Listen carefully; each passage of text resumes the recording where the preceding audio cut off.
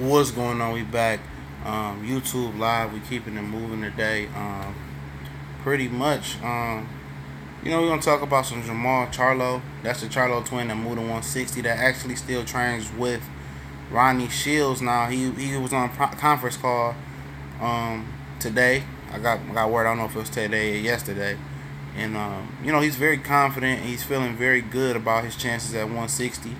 He thinks the opportunities at 160 is better than a junior middleweight for him. Um, and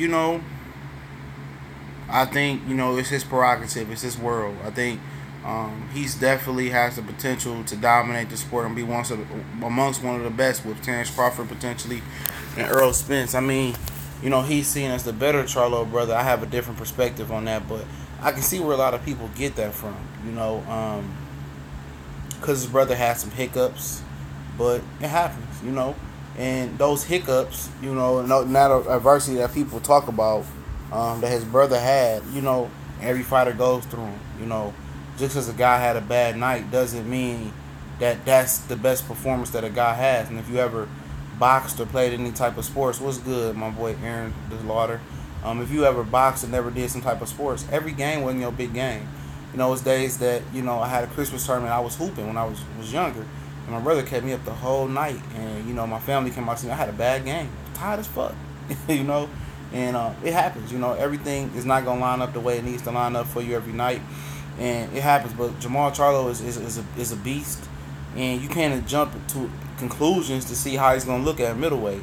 Because it is a 6-pound jump. I understand that he is a tall guy. I hear he's closer to 6'1" or 6'2".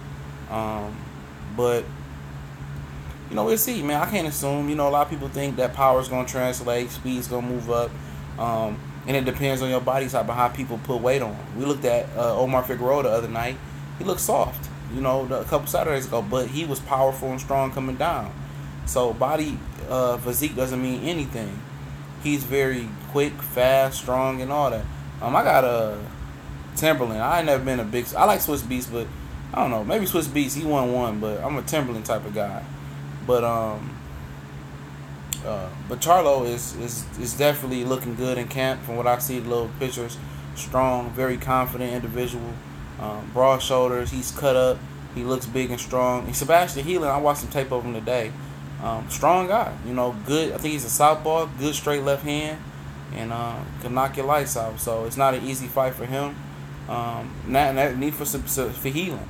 It's not a layup that this kid is going to be as good as he was at junior middleweight. Can't say that, but I think he's explosive. He has a lot of potential, and let's see him reach that potential. He wants the Triple G. He's been chasing Canelo since 154 pounds. Him and his brother been calling Canelo out. Now that is what it is. What Canelo's going to do. He's got to put himself in a position where Canelo must face him. He's already said it, and he's an interesting prospect. I would love to see him fight Danny Jacobs. Canelo, Triple G, anybody in that division or that want to come to the division, I would love him to fight him because he's he's a talker and he's made a lot of bad fans with the Julian J. Rock fight, which people didn't know the backstory of the fight. He took a bad rap. People said that he was being cocky and overconfident by knocking out J. Rock and being disrespectful, but people didn't know that J. Rock was talking shit leading up to the fight, and the fight took a long time to happen because Charlo had laser eye surgery. He had a medical clearance that nobody was talking about and shit like that. But I look forward to him translating the middleweight, and I'm looking forward to him doing big things and making big fights. And talk about real quick before we hop out, talk about Deontay Wilder and Anthony Joshua. It seems like people sitting on the fence on that. And I'm not talking about anything that you think I would be talking about. It's funny because it's people in the UK that think Wilder think people in America think Wilder is the shit. And it's people, obviously people in America know that people in the UK love Anthony Joshua. But I get the feeling that just being around, Verdejo is fighting Terry Flanagan September 16th. But Flanagan hurt his leg, so it's pushed back. So I don't know how bad Flanagan hurt his leg, but I don't know. It's pushed back. So he's waiting on Flanagan. It was going to happen the same day as Billy Joe Saunders, Willie Monroe, and Triple G and Canelo, but his day got pushed back. So as soon as I get a date on that Verdejo and Terry Flanagan fight, which I think Verdejo is going to have a coming out party, I'll let everybody know. But with Wilder and Joshua, I think a lot of people in America don't like Wilder as well. One of my boys told me that it's because he doesn't progress and he hasn't cleaned up his technique. And I thought that he looked good, the stretches with before Spilka with the French guy, but he took a step back with Spilka. And I think a lot of people want him to change his team up and do something different. But he has to clean up the technique. You see Anthony Joshua, a guy that's looking smooth and punching like a boxer and now moving like a boxer. I mean, it makes you want to think like, why can Deontay Wilder step the game up like that? But they're two totally different types of people and athletes. Wilder has a natural pop, a natural athletic ability to him. He's a natural athlete, but he doesn't move like a fluent boxer. That's true. He looks off balance. He doesn't look fluid. He looks better than he used to be, and that's what turns people off. He's not tasteful. He's not graceful in the ring. And Anthony Joshua was starting to move like twinkle toes and be tasteful and move in the ring like a boxer, even though he's still kind of stiff and wound up. So the gap between them, people act like it's as large as the Grand Canyon, but in my opinion, it's not. I think both guys are vulnerable. I think every heavyweight in the top 10 is very vulnerable. I like Wilder's jab. A lot of people shit on it. I like the jab. I think the jab is his best punch, technically sound punch that he does throw. He got a good, check hook. So he does some good things good in there, man. Joshua, man, he's if he has that uppercut and that uppercut is zipping like it was, for the Klitschko fight, I think he's gonna be an issue. Where I like to see both guys improve at his body punching. I think when they fight each other, I think it's gonna be tough to ask them to do body punching, but for both of them to take their game to the next level, I think some body punching should be needed. I think, for Joshua, what's the issue with Joshua as far as in the ring? It's just, I think it's the experience and the adversity. He went through the adversity with Klitschko, and he got the experience and adversity in one fight.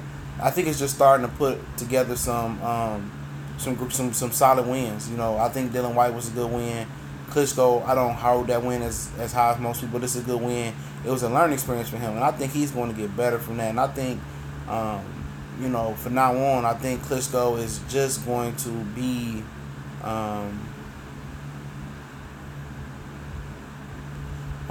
I think Klitschko is just going to be, Joshua is just going to be, better. It's just, you just see him just getting better every time out.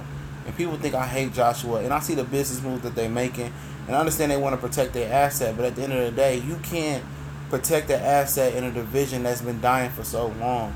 People are dying for great heavyweight fights, and I think the time is now to make great heavyweight fights. We don't want to see a Klitschko rematch. We don't want to see Puev. Fans want to see Wilder, Joshua, Wilder, Ortiz, Joshua, throw Fury in the mix, and stuff like that. I think people want to see the best, but the difference between them is not large, because Joshua's a big guy. You suspect a big guy to punch with worldly power. I don't understand. I don't think people understand how small Deontay Wilder truly is. He walks around at like 220, 225 in the way he's knocking guys out.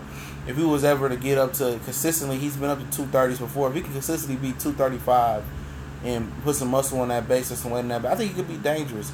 But it's just I don't know if it's him not just having the ability to be fluent in boxing and look fluent in boxing, or he just needs to train his injury or a consultant or a new trainer.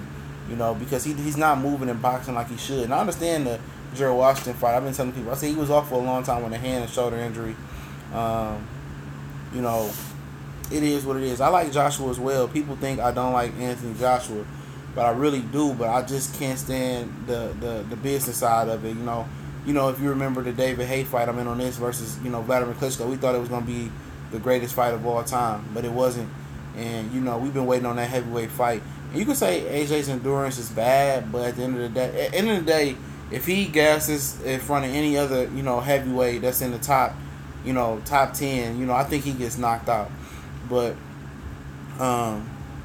maybe that was a product of overtraining. Maybe that was a product of the moment was too big for him.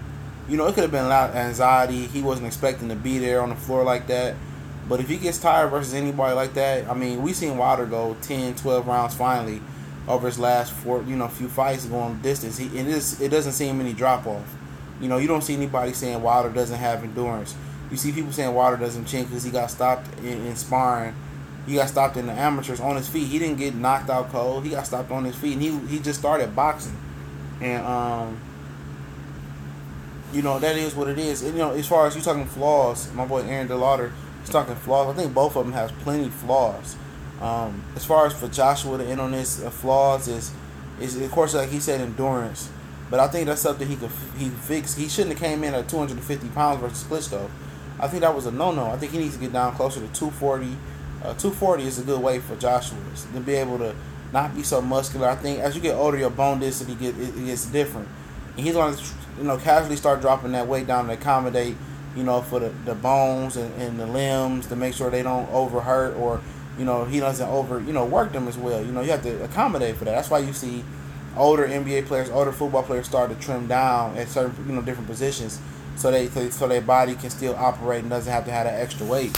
And I think that's the deal with them. I think that's definitely the deal with Joshua. Definitely. Anthony Joshua is definitely more technically sound.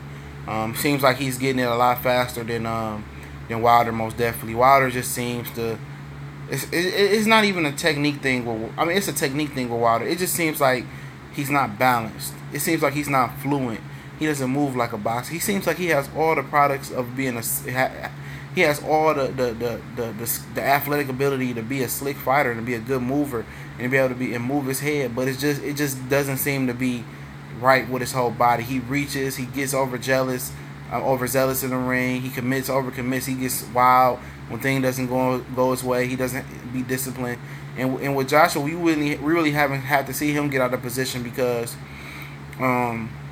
he hasn't been, he doesn't have to reach. He's so big, and people respect his power. People going there with Deontay Wilder, they be like, well, this motherfucking, he gonna windmill and he reaches, and we believe he ain't got no chin, he ain't this good. And they get in there with him, and it's like, they don't know what to do because that right hand changes the game, and the jab is better than what people get credit for. And get back to Joshua weaknesses, it's basically like Aaron said, it's the endurance. That's the major one that we can think about. He kind of tired with Dylan White as well, and I think it's just not going to the body. I think if Joshua can become a better body puncher, I think it's going to serve him well into the future with the Daniel Dubois and all the other heavyweights coming up. But I'm gonna end this, and Pacquiao Horn. I haven't even thought about. I didn't even score the first fight yet. But if I had to pick one, I would go with Jeff Horn. This time, just because of the Bob Arum factor and the bullshit. But we gone.